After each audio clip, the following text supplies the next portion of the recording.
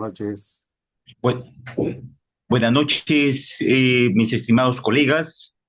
En el marco del 49 aniversario de vida institucional del Colegio de Contadores Públicos de Tumbes y de acuerdo al programa de ponencias en esta semana, lógicamente esperamos contar con la masiva asistencia de nuestros colegas como la del día de ayer en una exposición magistral del colega Edgar Olaya.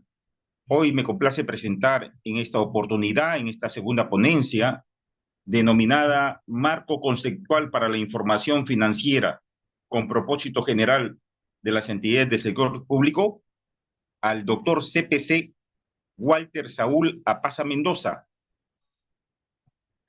Walter Saúl Apaza Mendoza, contador público de la Universidad Nacional de Tumbes, doctor en Ciencias Contables y Financieras, maestro en Contabilidad y Finanzas con mención en Dirección Financiera, máster en Gerencia Pública y egresado de Maestría en Gestión Pública.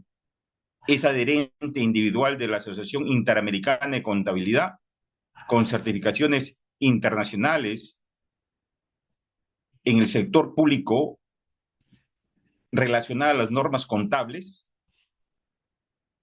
Tiene una experiencia laboral como especialista en normas internacionales de contabilidad del sector público, en normas internacionales de información financiera y en administración financiera del sector público, consultor de proyectos y contador en entidades públicas.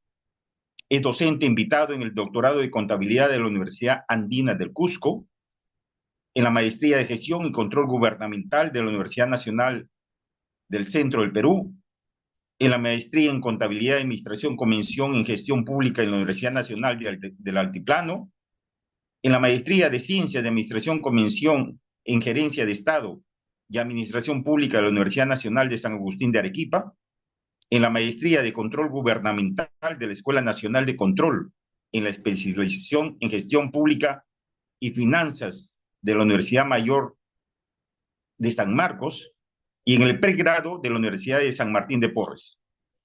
Es docente a tiempo parcial en el pregrado de la Universidad San Ignacio de Loyola y coautor de Contabilidad para Todos y Contabilidad Financiera, un enfoque para no contadores del Fondo Editorial USIL.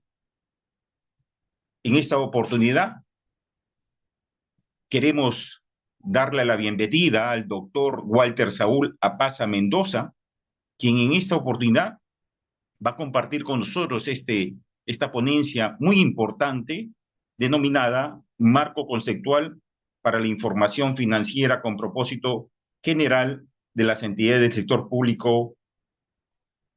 De igual forma, antes de darle pase al doctor Walter Saúl Apaza Mendoza, queremos darle la posta a nuestro decano, el doctor Raúl, decano del Colegio de Contadores, quien en esta oportunidad quiere dirigirse a todos ustedes. Adelante, doctor. Buenas noches con todos. Un saludo muy especial a todos los colegas que hoy día nos acompañan. Igualmente con nuestro colega Walter Saúl Apaza Mendoza, que hoy nos va a acompañar con la conferencia Marco Conceptual para la Información Financiera con propósito general de las entidades públicas. Para mí es un gusto, pues, Walter, presentarte, darte la bienvenida, igualmente a todos los colegas que nos están acompañando en el día lunes, ayer con Chino Olaya y ahora contigo, Walter. Así que no me queda más que darle la bienvenida y que nos sigan apoyando con su asistencia a estas charlas que estamos convocando para este aniversario, 49 años de nuestro colegio institucional. Oscar, muchas gracias Walter, y muchas gracias a todos ustedes, colegas, y esperamos pues que se nutran y hagan las respectivas consultas a nuestro colega Walter Saúl Apaza Mendoza, de quien me considero un amigo. Hemos trabajado juntos y nos hemos encontrado en ciertas jornadas, en los congresos nacionales, así como en las convenciones. Saludos, Walter. Oscar, te dejo para que presentes a nuestro colega Walter. Saludos, Walter. Gracias, doctor Raúl Mena, por sus palabras.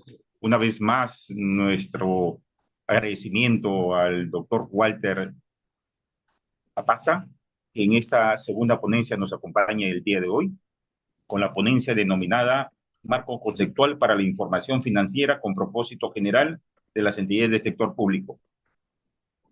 Entonces, sin más preámbulo, doctor Walter Saúl Apaza Mendoza, dejamos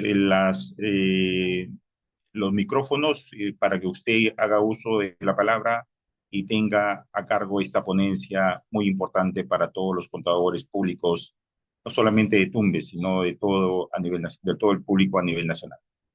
Adelante, doctor. Bien, ¿qué tal? Buenas noches con todos. Muchas gracias por la presentación. Y bueno, en principio a ustedes muchas gracias por la invitación.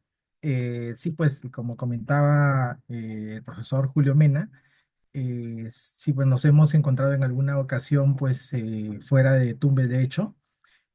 Por cierto, veo por aquí algunos nombres conocidos. Por ejemplo, el profesor Julio Mena no le gusta que le diga profesor, pero, o sea, no me atrevo a decirle colega, sería un atrevimiento exagerado de mi parte. Igual veo por aquí otros nombres que me resultan demasiado conocidos. Entiendo que está por aquí el profesor Dante, qué gusto ver su nombre aquí escrito en la lista de participantes. Y también de otros colegas, bueno, con quien de hecho nos conocemos. Y pues es muy grato para mí dirigirme a ustedes en esta noche gracias a la invitación del Colegio de Contadores Públicos de Tumbes en su aniversario. Bien, entonces, sin más preámbulo, les comento mi participación en este ciclo de conferencias que ha tenido a bien organizar el Colegio de Contadores Públicos de Tumbes. Precisamente se refiere a un tema que pues está, si quieren, si queremos verlo de esa forma, en boga en ese momento en el sector público peruano. Hay un proceso de implementación que se ha iniciado ya hace algunos años, ¿no? La verdad que no es un proceso nuevo, pero de hecho sí es un proceso que tiene sus propias complejidades, como todo proceso de implementación de un estándar y sobre todo en este caso de un estándar que aplica al sector público. ¿De acuerdo? El sector público mismo es complejo, tiene sus propias particularidades y pues no hay, digamos, un proceso de este tipo no puede iniciar de ninguna manera sin conocer muchos de o algunos, al menos en esta reunión que nos lleva hasta un poquito más de las 8 de la noche, algunos de los fundamentos, ¿no? Sobre los cuales se basa precisamente el estándar, ¿no? Que en el país se está pues intentando implementar, que ya ha comenzado a implementarse, ¿de acuerdo? Del cual pues en esta implementación, ¿no? Los contadores, ¿no? Somos parte fundamental, ¿no? Desde cada una de las posiciones en las que nos toque, en este caso, ejercer en el sector público y aún también, estimadas y estimados colegas, desde el sector privado, hay mucha experiencia, ¿no? En el sector privado ya se vino acumulando desde la implementación de la NIF y que ocasionalmente puede servir también, de hecho, sirve para la implementación de este marco, de este estándar que aplica al sector público en específico. ¿De acuerdo? Entonces les voy a ir compartiendo algunas diapositivas, vamos a ir conversando de una serie de temas relacionados, en este caso enfocados en los cuestiones de fundamento. Y por supuesto estaría siempre yo gustoso de ir atendiendo algunas de las consultas o de los comentarios que ustedes vayan consignando en el chat en tanto vamos desarrollando esta presentación. ¿De acuerdo? Listo. Bien, entonces, mucho gusto, señor Víctor Risco. Siempre es un gusto verlo. Bien, vamos. Entonces, eh, esto es.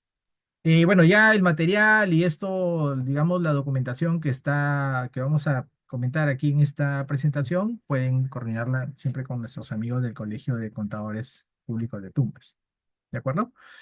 Bien, entonces, verán, les decía, esta es una presentación respecto del marco conceptual. Un marco conceptual, ustedes Conocerán, por ejemplo, también la NIF tiene su propio marco conceptual, ¿verdad? El marco que promueve, por ejemplo, la SBS, que es el regulador en el caso de las entidades del sector financiero, tiene su propio marco conceptual, ¿no? Igual la NIC-SP, que son las normas que resultan de aplicación al sector público en su conjunto, tiene también su propio marco conceptual. Un marco conceptual en sí mismo es pues una declaración, básicamente es una declaración de fundamentos. Y el marco conceptual, les comento, como vamos a ver un poquito más adelante, de hecho el marco conceptual no es una norma per se, no es una norma propiamente dicha, no es una norma contable, es eso, es una declaración amplia de fundamentos sobre los cuales se basan el marco normativo específico que regula ciertas transacciones, ciertos eventos, ¿de acuerdo?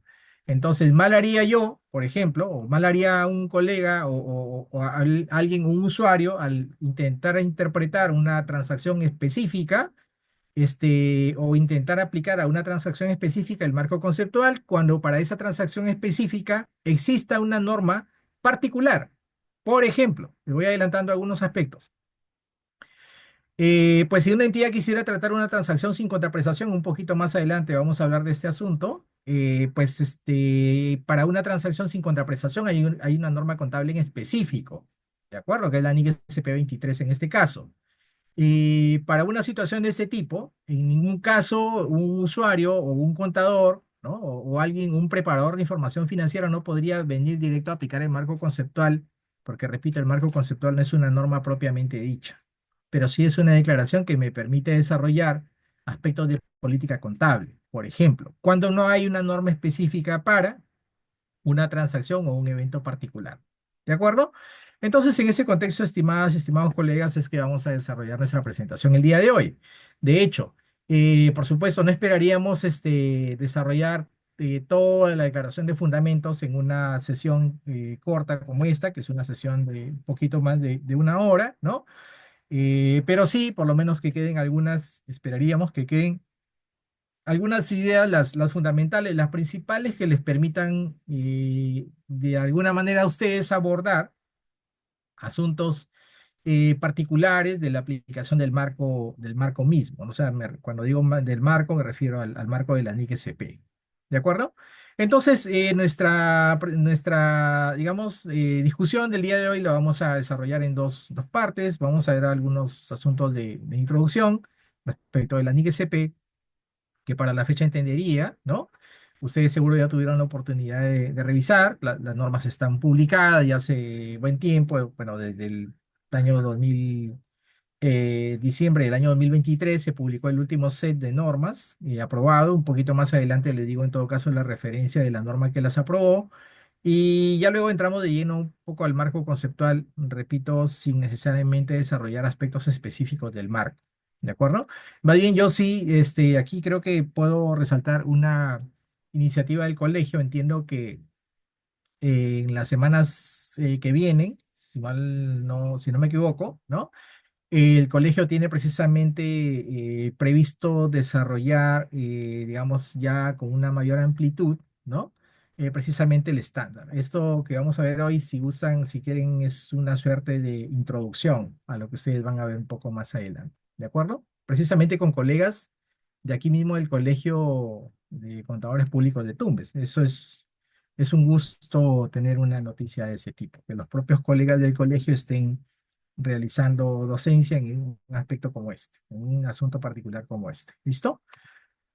Ok, entonces, verán, eh, este marco conceptual, estimados colegas, que les decía, es una declaración amplia de fundamentos contables que aplican en específico al sector público.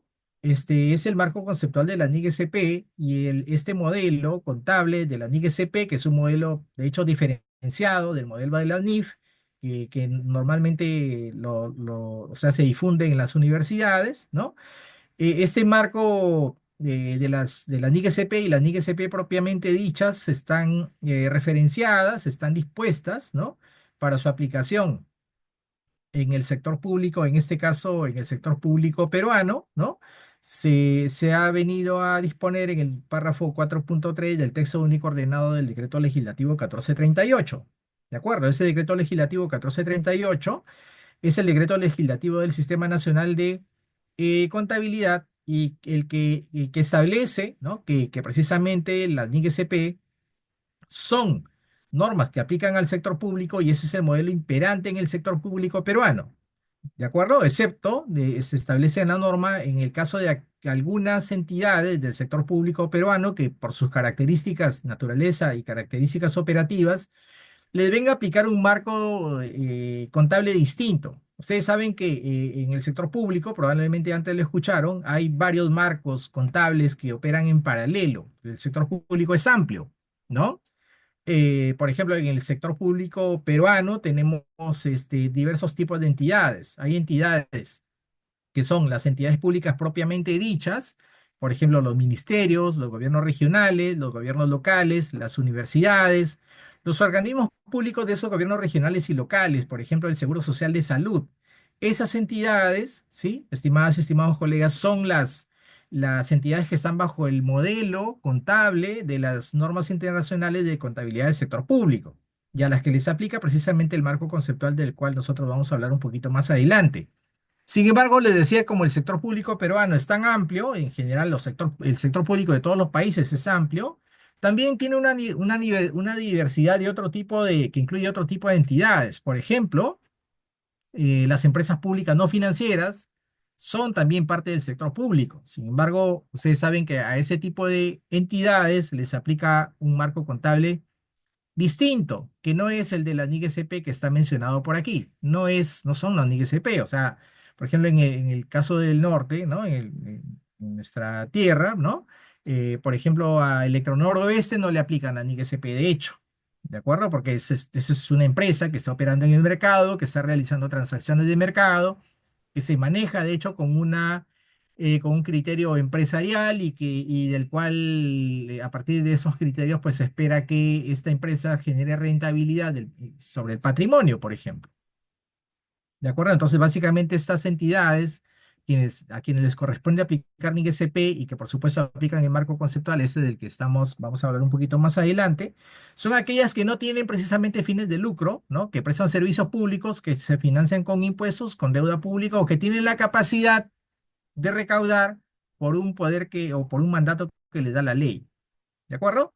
Entonces, por eso le decía, claro, excepto, bueno, son en general en el sector público se aplican las NIC-SP, excepto en aquellas entidades a las que por su naturaleza y características operativas, por ejemplo, a las empresas públicas, sean esas financieras o no financieras, les aplica un marco distinto. A las empresas no financieras les aplican la NIF, a las empresas financieras les aplica el marco el modelo contable que promueve la SBS. ¿De acuerdo? Ahora, de hecho, el ente regulador en el país es el ente rector del sistema, digo, el Sistema Nacional de Contabilidad, pues tiene digamos, la facultad, ¿no? De aprobar una serie de disposiciones orientadas precisamente a la implementación de este modelo contable, que es el modelo contable de la NIC-SP, cuyo proceso en este momento en el país se encuentra, de hecho, en tránsito. O sea, está todo el sector público peruano está en tránsito en este momento hacia un modelo contable diferenciado. Y en tanto que ese proceso es un proceso que se encuentra en tránsito, de hecho que al contador del sector público le toca hacer algunas cosas de forma distinta de cómo las venía haciendo hasta hace poco tiempo. En principio, eso no lo podría hacer, pues si no digamos, si no asume como tal, ¿no? El nuevo modelo contable, o sea, si no domina el nuevo modelo contable. ¿De acuerdo? Muy bien, a ver, vamos viendo por aquí. Ajá. Ah, profesor Dante. Listo, vamos. Les hago algunos comentarios preliminares, ¿no? Respecto de nuestro, digamos, nuestro tema, nuestro punto central en esa agenda. Les comento que, de hecho, un proceso de implementación como el que se está llevando a cabo en el país, en otras latitudes del mundo, ya se viene llevando a cabo de hace algunos años, ¿no? Y normalmente esos procesos son largos, ¿no? Estos procesos son largos y pues estos procesos normalmente tienen éxito cuando se dan una serie de condiciones, entre otras condiciones, que de hecho procesos de este tipo requieren, es un apoyo desde el punto de vista legal, por ejemplo, ¿no? La legalidad del proceso se encuentra fundamentada en la norma que yo les mencionaba hace un momento, ¿no? Y por supuesto también en otras disposiciones, ¿no? Que son de tipo legal también y que en este caso han emanado desde el propio Congreso de la República, ¿no? Por ejemplo, todas las menciones que están viendo ahí en este momento, cuatro menciones a cuatro leyes distintas, estas son las leyes de presupuesto, en las cuales, ¿no? Más allá de la autorización que las entidades han recibido para utilizar una parte de sus presupuestos y destinarlo a este proceso, más allá de esa autorización, digo, lo que está contenido en cada una de estas leyes, repito, emanada del Congreso de la República, ¿no? Es la declaración misma, o sea, la declaración propia de que el país, en este caso, se encuentra en un proceso de implementación en curso. Y precisamente cada una de estas leyes ponen de relevancia ese proceso. El proceso peruano, como en otras latitudes del mundo, es un proceso de hecho que viene, o sea, ha venido de hace ya varios años, ¿no? Recomendado por algunos organismos internacionales debido a las experiencias, digamos, a los beneficios eh, demostrados, ¿no? Que se derivan precisamente de esta implementación. ¿De acuerdo? Entonces, pasando por transparencia, rendición de cuentas y con los efectos del caso en aspectos de toma de decisiones y todo lo que un proceso contable de este tipo implica. Sí, la última ley que emitió el Congreso fue esta ley, la 31912, que es una ley que autoriza a las entidades públicas, bajo el ámbito de la ley de presupuesto, a destinar una parte de sus asignaciones presupuestarias a este proceso en curso hasta la fecha. Por cierto, el proceso en curso lleva una etapa que se le denomina en la práctica una etapa de transición. Ustedes habrán tenido conocimiento de ello, habrán tenido noticias de ello, ¿no? Que en ese momento las entidades públicas están precisamente ejecutando. Esta transición, ¿no? A la que me estoy refiriendo es una transición que en el caso peruano y por una recomendación o por una, digamos, por el principio que se ha contenido en una de las normas, ¿no? De todo el set de normas de las NIGSP, está recomendado en un periodo de 3 años. Nosotros aquí en el Perú ya hemos pasado el primer año de la transición, faltan 2 años más, 2025, el año en curso, y 2026, que es el año para el cual se espera que el proceso culmine y esperaríamos que culmine con éxito.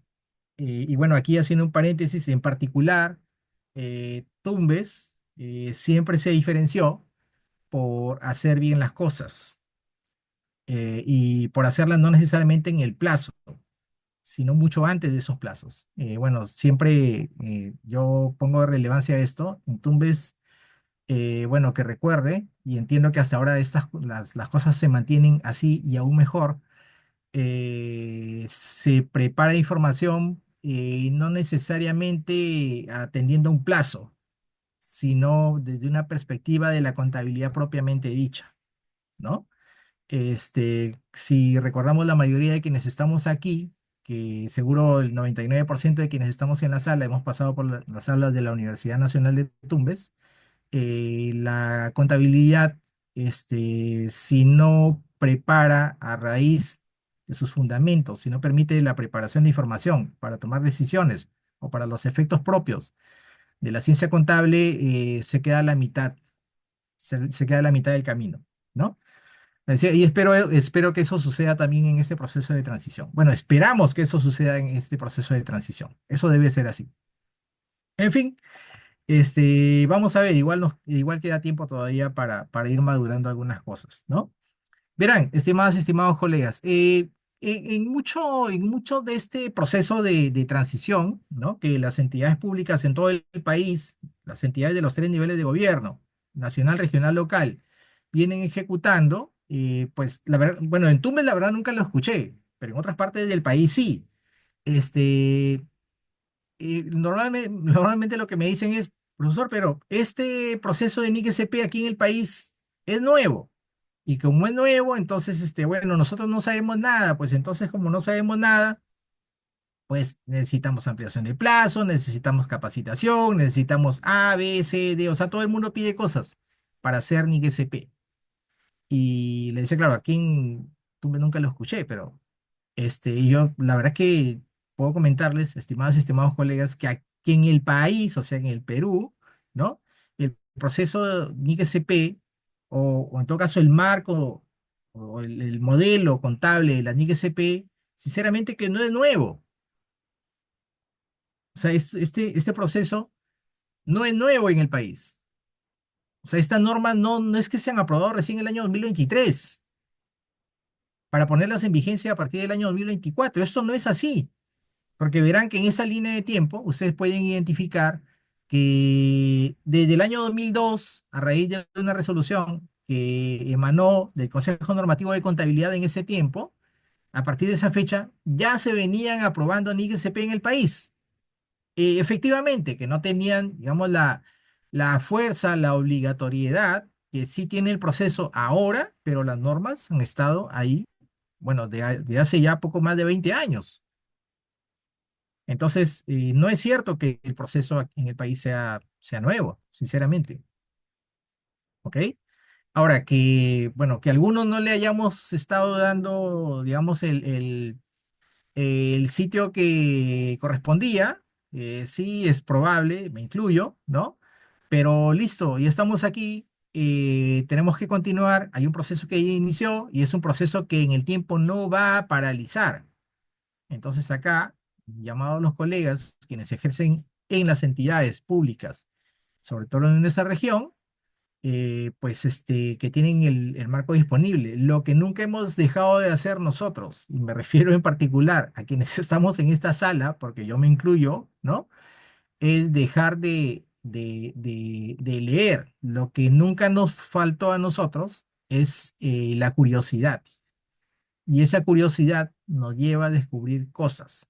Hay una serie de información, una serie de data ahora en la red, en nuestros tiempos, bueno, quienes son mis generacionales en nuestros tiempos no existían, pero ahora lo que sobra es información, colegas. Hay quienes ya pasaron un proceso como este. Entonces nadie puede decir que no tiene acceso a información. Ahora. ¿De acuerdo? Entonces le decía, conclusión en ese slide, bueno, de hecho el proceso no es nuevo y a nosotros, a los contadores, nos toca alinearnos al proceso, porque es una necesidad de país. La profesión en este caso lo reclama, ¿no? Este cambio en la contabilidad en el sector público, porque en el sector privado ya se vienen haciendo, ya se han hecho cambios de hace un buen tiempo. ¿Ok?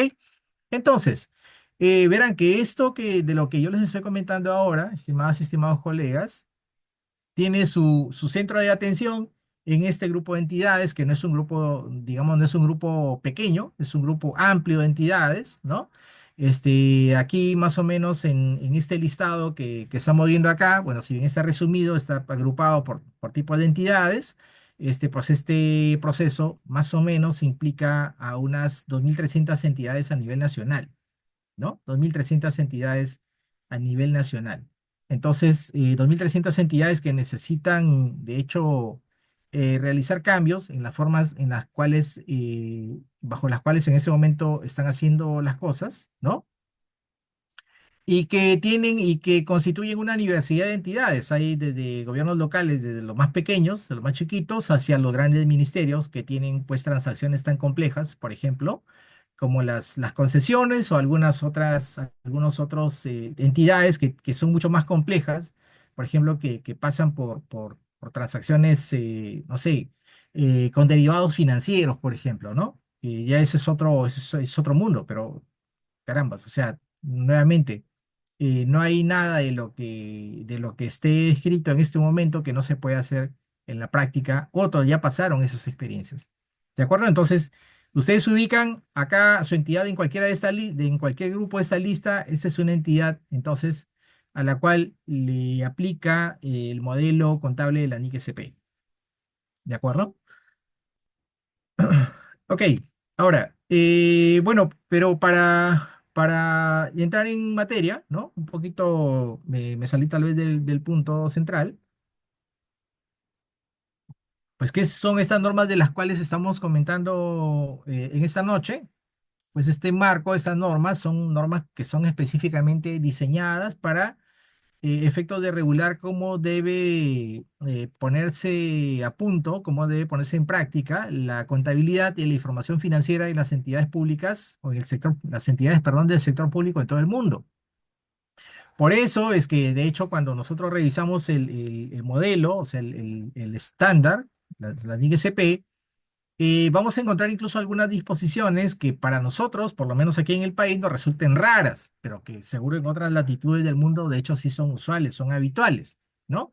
Por ejemplo, por ponerles algún caso que está mencionado en el marco conceptual, nosotros, o sea, en el marco, en este modelo de la NIGSP, se encuentran algunas menciones como aportaciones de los propietarios para hacer una alusión o una analogía a una transacción parecida que sí sucede en el sector privado, cuando un accionista pone plata en una entidad, o sea, capitaliza a una empresa, entonces decimos, bueno, esa es una transacción entre la empresa y el propietario.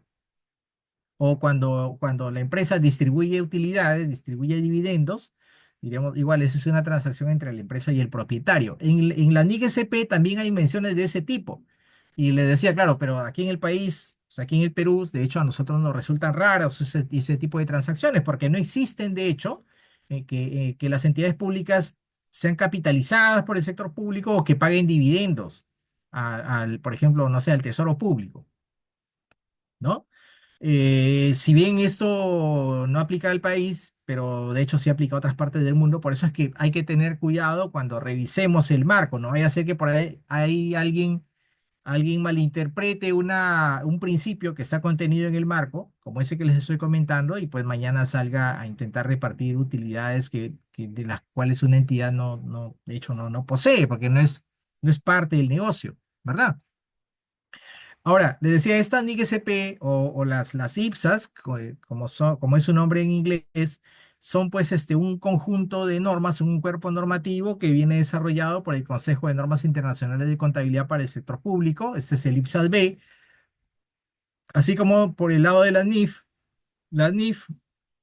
o las IFRS son emitidas por el IASB o el IASB, como guste, ¿no? Este IPSAS-B es un ente normativo que está adscrito, ¿no? a la Federación Internacional de Contadores, al IFAC, ¿no? Entonces, este IPSAS-B es el emisor de normas. Por cierto, el ente rector aquí en el país, o sea, del Sistema Nacional de Contabilidad, que es la Dirección General de Contabilidad Pública, el ente rector en el país no es un emisor de normas. El ente rector en el país aprueba las normas del IPSAS-B para su aplicación en el país, que es distinto, porque el emisor es el IPSAS-B o el IPSAS-B, como guste, ¿no?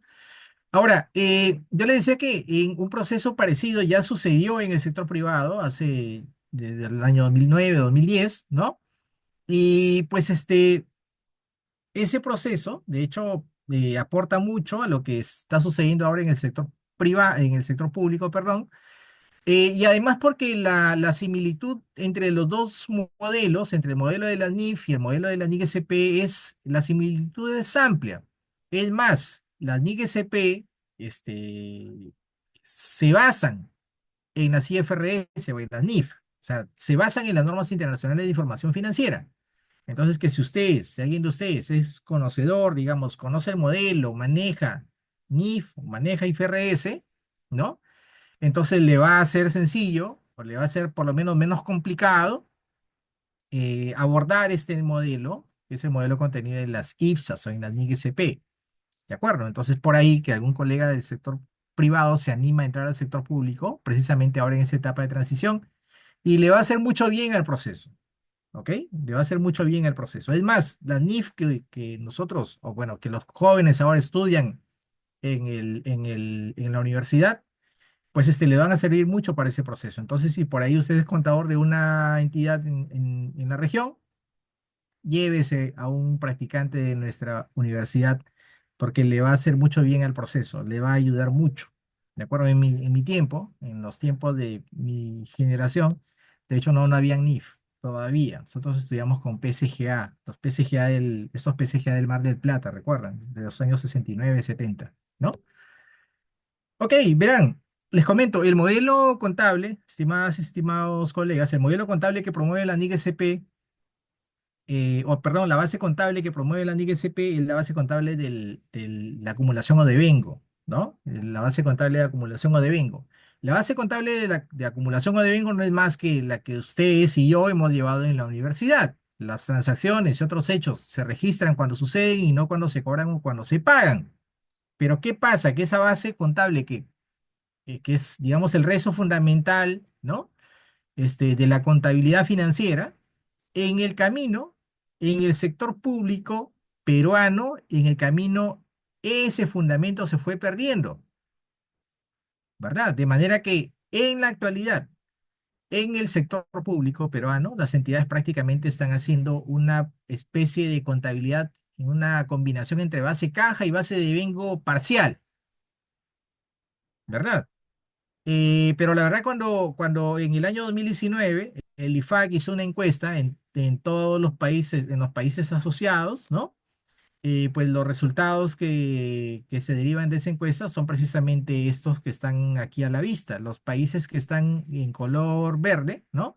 Son los países que en teoría aplican la base contable de acumulación o de vengo. Entonces ahí siempre yo me pregunto y le pregunto a los colegas, ¿en efecto es así?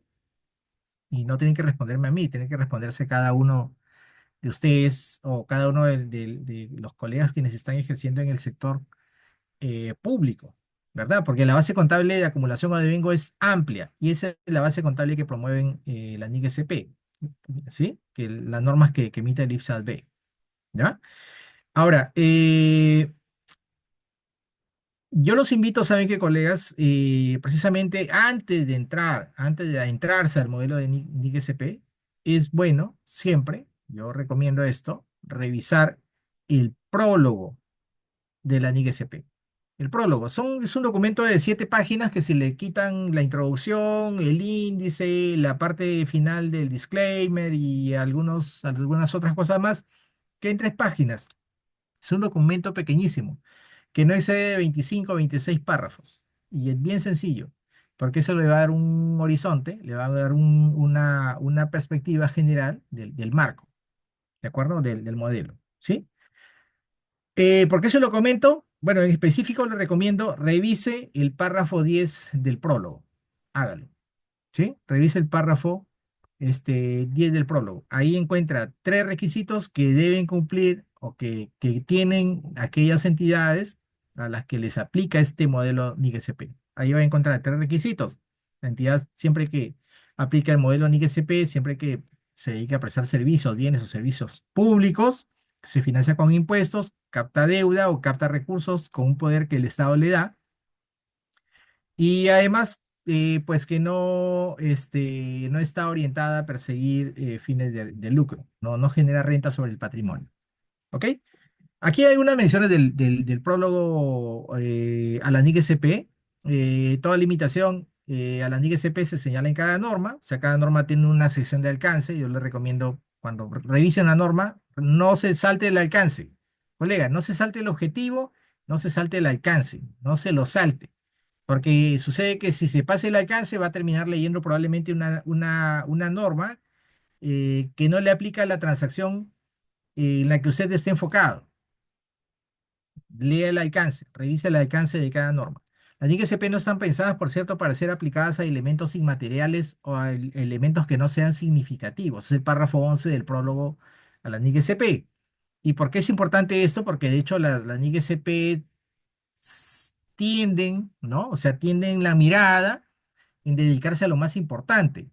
Y lo más importante es aquello que afecta la razonabilidad de los estados financieros. Ustedes y yo sabemos que los estados financieros no son exactitudes, no representan exactitudes. La información financiera, los estados financieros representan razonabilidades. Y por eso es que cuando su auditor revisa la posición financiera, los resultados, los flujos de efectivo, opina respecto de qué tan razonables o no son esos estados financieros, ¿verdad?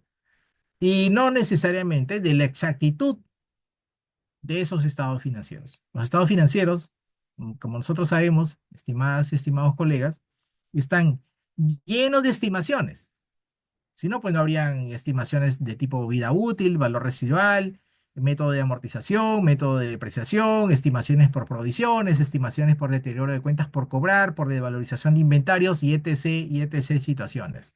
¿Verdad? Entonces, repito, los estados financieros no representan exactitudes.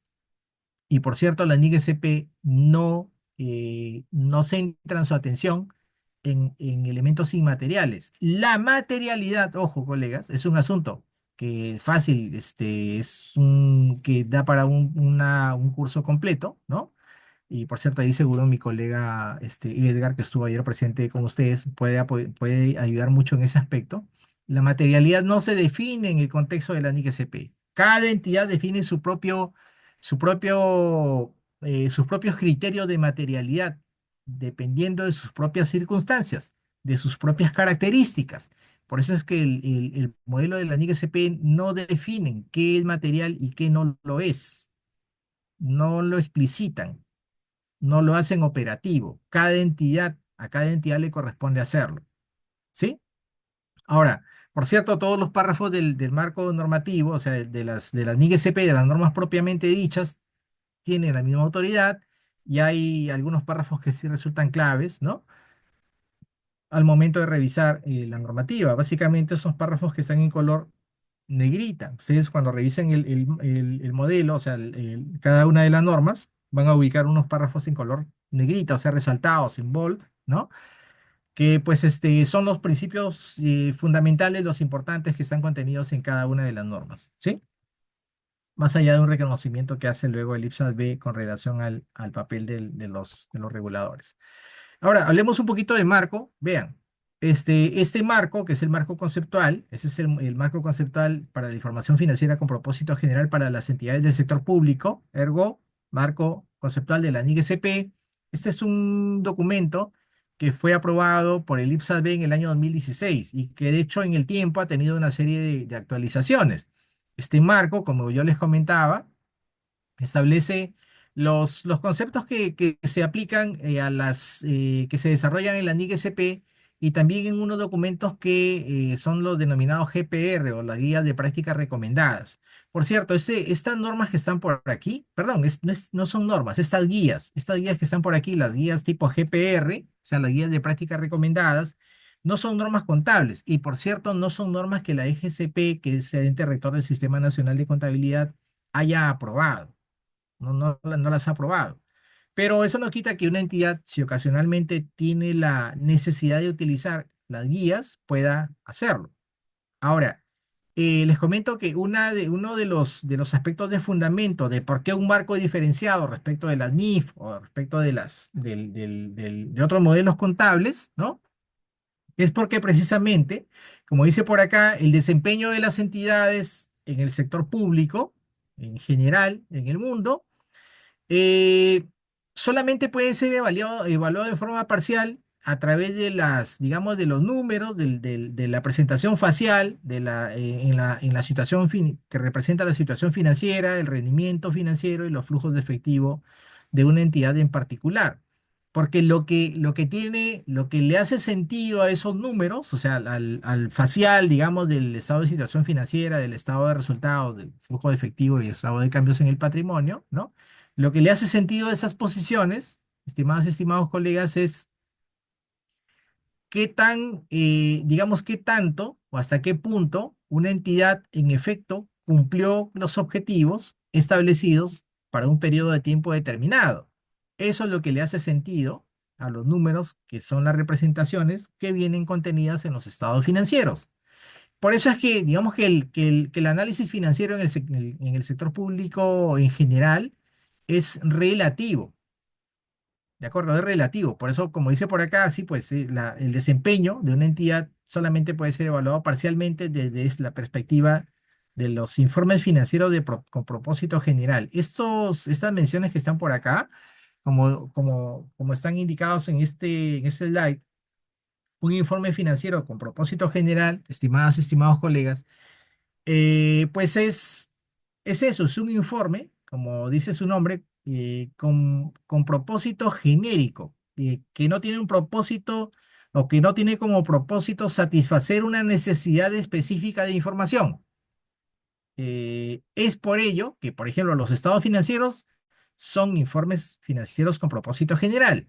Es decir, un estado financiero, los estados financieros van a satisfacer a usuarios internos y usuarios externos de una entidad. O van a satisfacer necesidades de información de la población, de los representantes de esa población, de analistas, de los financistas, de proveedores, de la SUNAT, de una serie de usuarios de esa data. Esos son los informes financieros con propósito general. Pero claro, hay informes financieros que no son con propósito general, sino que son informes que con propósito específico. Ya esos no son, a esos informes, que son informes particulares, ¿no? Para la entidad o para usuarios de la entidad, ya salen del espectro de este modelo, ¿no? Por ejemplo, no sé, se me ocurre que por ahí un gerente quiere que se le prepare o, o necesita tener una posición de los inventarios a una fecha determinada con un reporte con ciertas características. Bueno, ese gerente, ese usuario interno tiene la posibilidad de pedir, de solicitar data a su medida. Los usuarios que están por fuera de la entidad generalmente no tienen la posibilidad de solicitar data a su medida. Por eso es que se satisfacen con esos informes financieros con propósito general. ¿De acuerdo? Y esos son precisamente los informes que van dirigidos generalmente a usuarios externos. ¿De acuerdo? Ahora, les decía por qué, les estaba comentando hace un rato por qué la necesidad de un modelo distinto, porque de hecho las características del sector público, en general del sector público en el mundo, son distintas pues al sector privado, ¿no? Y más allá de hablar del sector privado, hablamos en todo caso, ya cuando hacemos alusión a modelos contables, se hace mención no necesariamente al sector privado, sino que el sector público, propiamente dicho, es distinto de aquel sector que está orientado a obtener una rentabilidad sobre el patrimonio. Entonces, el sector público es distinto a ese grupo de entidades, que básicamente son las empresas. Empresas pueden ser públicas o privadas. Entonces le decía, claro, en el caso del sector público, pues tiene sus propias características. El sector público yo siempre digo, el sector público es una máquina de generar transacciones sin contraprestación, ¿verdad? El sector público, estimadas y estimados colegas, es generador nato de transacciones sin contraprestación. Por ejemplo, en el sector público se recaudan impuestos. Un impuesto que recaude el Estado es una transacción sin contraprestación. Usted me paga impuestos y a cambio yo no estoy obligado a entregarle nada, más allá que un comprobante de pago, punto. Y ya ver el Estado qué hace con esos fondos, ¿verdad? ¿No? Pues el sector público, si bien tiene transacciones sin contraprestación de ingresos, por otro lado, también tiene transacciones sin contraprestación de gastos. Por ejemplo, si usted no sé, es una persona adulta mayor que cumple ciertas características, por ejemplo, el Estado le puede dar una pensión 65 creo que es. ¿No? O, por ejemplo, no sé, pues el Estado le da desayunos escolares a los niños, ¿no? Ok, esa es una transacción sin contraprestación de ingresos, de gastos, pero le decía, esas transacciones en el sector público son habituales. Esa habitualidad respecto a ese tipo de transacciones no es inherente a aquellas entidades, ergo empresas, ¿no? Quienes para ese tipo de organizaciones, esas transacciones le resultan ajenas, porque no es parte del negocio, pero sí es parte del negocio del sector público. Entonces, ok, debido a ello, pues es necesario un marco diferenciado, ¿de acuerdo?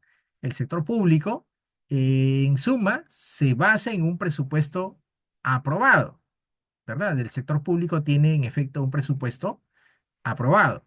Necesita de un presupuesto aprobado. Y respecto a ese presupuesto aprobado, tiene la obligación de rendir cuentas. ahí es donde viene el segundo objetivo de la información financiera en el sector público. La información financiera, estimadas y estimados colegas, en el sector público, desde el punto de vista del modelo de la NIC-SP, tiene que satisfacer dos objetivos: toma de decisiones y rendición de cuentas. Toma de decisiones y rendición de cuentas. ¿Sí? Rendición de cuentas a partir de unas asignaciones presupuestarias que por una ley o por un documento equivalente les son autorizadas a una entidad en particular y que en forma de retorno está obligada a decir qué hizo y qué no en relación con un ejercicio fiscal determinado. Eso no necesariamente es inherente al sector privado. ¿De acuerdo? Ahora, el sector público, estimados colegas, se puede transformar. Las entidades de una entidad se puede escindir otra entidad, puede salir otra entidad, pero en general el sector público, estimados colegas, el sector público es longevo. No hay, o por lo menos no existe en el mundo, por lo menos que yo recuerde, que yo conozca, por ejemplo, un sector público que no tenga un ministerio de educación o algo que se le parezca. La función, esa función en el sector público, o perdón, esa función en un país es inherente al sector público. Y el sector público le decía no, no desaparece, es de largo aliento. Por eso se dice el sector público es longevo. Una empresa puede desaparecer en cualquier momento. El sector público no desaparece, no va a desaparecer. Si quiere, se transforma. La función se traslada de una entidad a otra, o se crean nuevas funciones, ¿verdad? O se escinden entidades, pero difícilmente el sector público desaparece, ¿no? Esa es una característica, de hecho, que no va necesariamente con el sector privado. Una empresa que viene ocasionando pérdidas en los últimos años, seguro es una empresa candidata a liquidar. Puede ser que el sector público, que una entidad pública determinada arroje resultados negativos y no necesariamente, eso no es una determinante, el resultado financiero no es una determinante para hacer a esa entidad pública candidata a desaparecer. Porque lo que más vale en casos como estos es precisamente el objetivo cumplido respecto de la prestación de servicios públicos. ¿De acuerdo? Ahora, de hecho, estimados colegas, el sector público se diferencia por la naturaleza de las posiciones financieras que reporta, ¿no? Las posiciones financieras, sean estas de activos o pasivos. De hecho, los activos y pasivos tienen destinos diferenciados, ¿no? Del sector privado o de las entidades que persiguen fines de lucro. Y así, por ejemplo, los activos del sector público son activos que se orientan a la prestación de servicios, básicamente, de servicios públicos. Por eso es que decimos que en el caso del sector público, los activos encierran potencial de servicio, ¿no? Los activos públicos encierran potenciales de servicio, más allá de la posibilidad de que generen beneficios económicos traducidos esos en flujo de efectivo, que eso sí sucede en el caso de las entidades que persiguen fines de lucro. En el caso del sector público, no necesariamente. En el caso del sector público, si el sector público tiene la necesidad de construir un puente, no necesariamente la construcción de ese puente lleva a poner un peaje de por medio, ¿verdad? O tiene la necesidad por ahí de construir un parque, un centro de salud, pues un colegio, no sé, una pista o veredas, ¿no? O construir un activo que le permita a una entidad determinada prestar servicios, ¿no? De igual forma, los pasivos se incurren en el sector público orientados a financiar ese tipo de activos, ¿no? Además, bueno, en el sector público hay una función reguladora que es fuerte, ¿no? Ahí tenemos una serie de organismos que son los reguladores, ¿no? Los OCITRAN, OCINERMIN, OCITEL, la Superintendencia de Mercado de Valores, la Superintendencia de Bancas y Seguros y otros más. Y también en el sector público, la información, la data que se produce, se utiliza mucho con fines de información, de cubrir requerimientos con fines fiscales, ¿no? Bien, les doy una idea un poquito del marco, ¿no? Les decía, claro, yo, por lo que tengo entendido, De hecho, más en las semanas que vienen, ¿no? El Colegio de Contadores, según tengo conocimiento, va a desplegar, de hecho, una serie de capacitaciones relativas a aspectos como yo les estoy comentando, digamos en resumen, en la noche de hoy, ¿no? Pero les decía, claro, les puedo adelantar un poquito. Esta es un poco la estructura del marco conceptual. El marco es un documento más o menos de unas 150 y tantas páginas, ¿no? Y que comprende una estructura basada en el papel y la autoridad que tiene el marco, o sea, esta declaración de fundamento. Eso, normalmente bueno, los teóricos en esto, por ahí alguien de ustedes recordará, a esta declaración la llaman como que estas son declaraciones de tipo omnicomprensivo, o sea, son declaraciones amplias, ¿no? También tiene un capítulo destinado a los objetivos y a los usuarios de la información. Hay un capítulo 3 que es sumamente importante, que son las características cualitativas de la información financiera. Ahí van a ubicar 6 características y también 3 restricciones dominantes, ¿no? Que más adelante se pueden observar.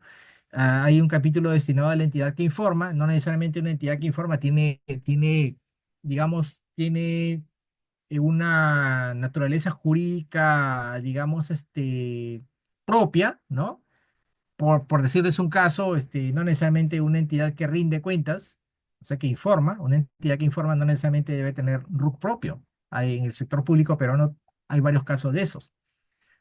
El capítulo 5 está destinado a los elementos de los estados financieros, ahí es donde se desarrollan pues los 5 elementos que ustedes y yo conocemos. Hay una sección para reconocimiento en estados financieros, medición de activos y pasivos, y el capítulo 8 de presentación de estados financieros. Les comento algo. Miren, esto que yo les estoy comentando hoy es el marco aprobado, en este caso por el ente rector, para su aplicación en el país, ¿ya? Para su aplicación en el país, que es el marco que es parte de la edición 2022 emitida, perdón, por el IPSASB y aprobado por la Dirección General de Contabilidad Pública para su aplicación en el país desde el 1 de enero del año 2024. ¿Por qué les hago esta precisión? Porque de hecho, a partir del 1 de enero del año 2025, o sea, este año, a nivel internacional, entró en vigencia una norma contable, una NIC-SP, que es la NIC-SP 46, que se llama medición, y precisamente esa NIC-SP medición ha traído modificaciones sobre este capítulo 7 sobre medición de activos y pasivos. Pero esa normal, esa NIC SP 46 que entraba en vigencia en el mundo el 1 de enero del año 2025, en el Perú no tiene vigencia todavía a raíz de una, digamos, formalización, ¿no?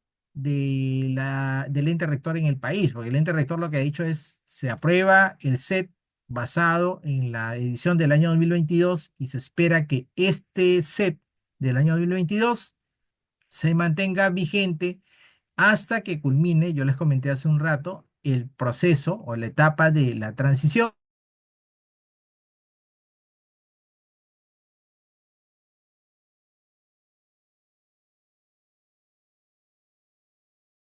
publicaciones que están en la página web del IPSAS B, ¿sí? Ok, y bueno, por aquí, para hacerle los últimos comentarios, y bueno, de aquí hacia adelante sí esperaría, si por ahí tienen algún comentario o alguna consulta, con todo gusto. Verán, pues yo le decía que el marco de hecho establece conceptos, ¿no? Que sustentan los informes financieros con propósito general, esos IFPG que le comenté anteriormente, que son informes que básicamente son los estados financieros. Los estados financieros en el marco están nominados como los informes financieros con propósito general, es decir, aquellos informes que son de uso por un grupo amplio de entidades y que no están orientados a un usuario o a usuarios determinados o a usuarios específicos, a usuarios que no tienen, esos informes más bien, están orientados a usuarios que no tienen la capacidad de requerir información específica determinada a una entidad del sector público particular. El marco, este documento, estimados y estimados colegas, no establece o anula requerimientos de la NIC-SP. La NIC-SP la norma, o sea, la NIC SP 17, por ejemplo, que es propiedad de equipo, o la NIC SP 16, que es propiedad de inversión, o la NIC SP 9, que es la que regula ingresos de transacciones con contraprestación. Esa NIC SP tienen prelación, o sea, están en un primer orden de prelación respecto del marco conceptual. Hay normas específicas que regulan transacciones específicas. Cuando yo voy a tratar, por ejemplo, impuestos, yo debo irme a la NIC SP 23. Voy a contabilizar una concesión de servicios, ¿no? Y estoy, por supuesto, en condición de concedente, porque el sector público, en este caso el sector público peruano, tiene esa facultad de hacer de concedente, ¿no? De un principal concedente. Entonces, yo en ese caso tengo que ir a la NIC CP 32, que es la norma de concesiones de servicios desde el punto de vista de la concedente, no a la norma, a la CINIF, que es la norma de la NIF para el privado, no. O si voy a tratar, no sé, pues algún costo o algún gasto relacionado con los empleados o los trabajadores de la entidad, yo tendría que aplicar la norma específica, que en este caso es la NIGSP 39. Tengo por ahí cuentas por cobrar, tengo, no sé, pues una acción, o tengo bonos que he comprado, tengo que irme a la NIC 41. Estoy tomando deuda pública incluso. Las municipalidades en la región toman deuda. El mismo gobierno regional tiene la posibilidad de tomar deuda, o sea, tiene la facultad legal de tomar deuda. En ese caso tengo que ir a la NISP 41. A menos que no exista una norma específica, si el párrafo 13, 14, 15, 16 de la NISP 3, por una cuestión de prelación, me permite aplicar el marco conceptual. Por eso es que dice por aquí que el reconocimiento, medición y presentación se especifican en cada NISP, que son las normas, digamos, principales en el modelo. Más bien el marco sí puede guiar, como dice por aquí abajito, en el tratamiento de temas que no están contemplados en las NIGSP específicas o en la guía de prácticas recomendadas. ¿Listo? Y acá sí les prometo que esa es la última y bueno, a continuación de eso esperaría sus comentarios, sus preguntas si fuera el caso, ¿no? Yo le decía en el contexto, estimadas, estimados colegas, de la aplicación de este modelo, ¿no? De la aplicación del marco, los objetivos que tiene establecidos el modelo, ¿no? Respecto de la información financiera que se produce a partir de su aplicación, es satisfacer dos objetivos, ¿no? De manera que la información financiera que se produzca deba ser útil para los usuarios de la información financiera, ¿no? Y esa utilidad se traduce en dos objetivos. El primero, que es el de toma de decisiones, este objetivo, que es el que ubican también ustedes en el modelo de la NIF, por ejemplo, la información financiera debe satisfacer la toma de decisiones, pero también la información financiera debe satisfacer la rendición de cuentas. Entonces, cada uno de nosotros, quienes ejercemos en el sector público, peruano en este caso, seguro identificamos cuál de ellos se satisface más en términos de la información financiera que venimos generando en todo este tiempo. ¿De acuerdo? Esa es una perspectiva que a partir de la implementación de este modelo contable, estimadas y estimados colegas, debemos estar en condición de cambiar, de modificar, en aras pues de mejorar las posiciones que en ejercicio de la profesión generamos. ¿De acuerdo? Listo. Bueno, ahí disculpen, me pasé un poquito, unos minutitos. De hecho, hay mucho que hablar respecto de este tema en particular, no únicamente de marco conceptual, sino de todos los asuntos que están relacionados con IGCP. Y le decía, bueno, si tienen por ahí alguna consulta o algún comentario, con todo gusto, ¿no? Yo estoy aquí todavía, tengo unos minutitos como para poder compartir con ustedes, estimados. ¿Sí? Sí, sí, doctor. Y por favor, a los colegas, si es que tienen algunas preguntas para poder realizarlas, pueden hacerlas. Tenemos unos minutos más para poder compartirlas con el doctor Walter Apaza. Bien, si no hay preguntas, entonces, estimados colegas, nuestro agradecimiento al doctor Walter Apaza Mendoza, quien en esta oportunidad y en esta noche ha compartido la ponencia Marco Conceptual para la Información Financiera con Propósito General de las entidades del sector público.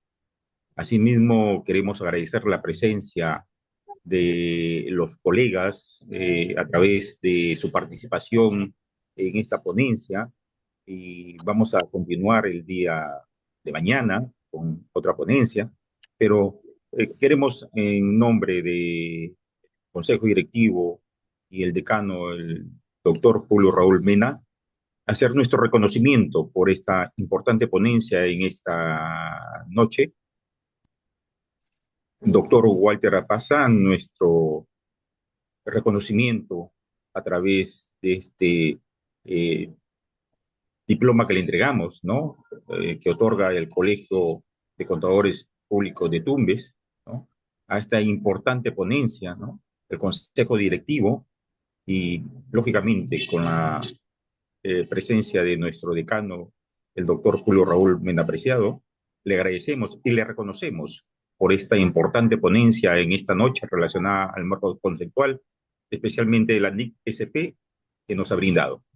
Muchísimas gracias, doctor Walter Apaza, y gracias en otra oportunidad.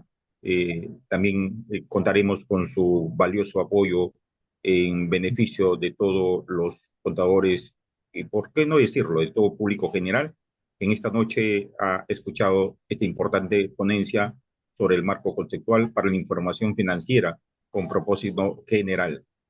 Nuestro agradecimiento, doctor Walter Apaza Mendoza, y de igual forma a todos nuestros colegas, el día de mañana invitarlos a la ponencia del magíster Juan Paucar en esta tercera noche de ponencias. Una vez más, doctor Walter Apaza, nuestro agradecimiento en nombre del doctor Julio Raúl Mena Apreciado y de todo el Consejo Directivo por esta importante ponencia. Que Dios me lo bendiga. Gracias. Gracias, muchas gracias. Gracias a ustedes y bueno, a todos quienes nos han acompañado en esta noche y sobre todo, bueno, a mis estimados, queridos profesores que veo acá en el listado de participantes. Siempre es un gusto saber de ellos y bueno, aprovechar la oportunidad pues para agradecerles. Muchas gracias, como siempre, y ya nos estaremos viendo en otra ocasión. Cuídense todos. Muchas gracias, Walter. Nos vemos la próxima. Hasta luego. Muchas gracias.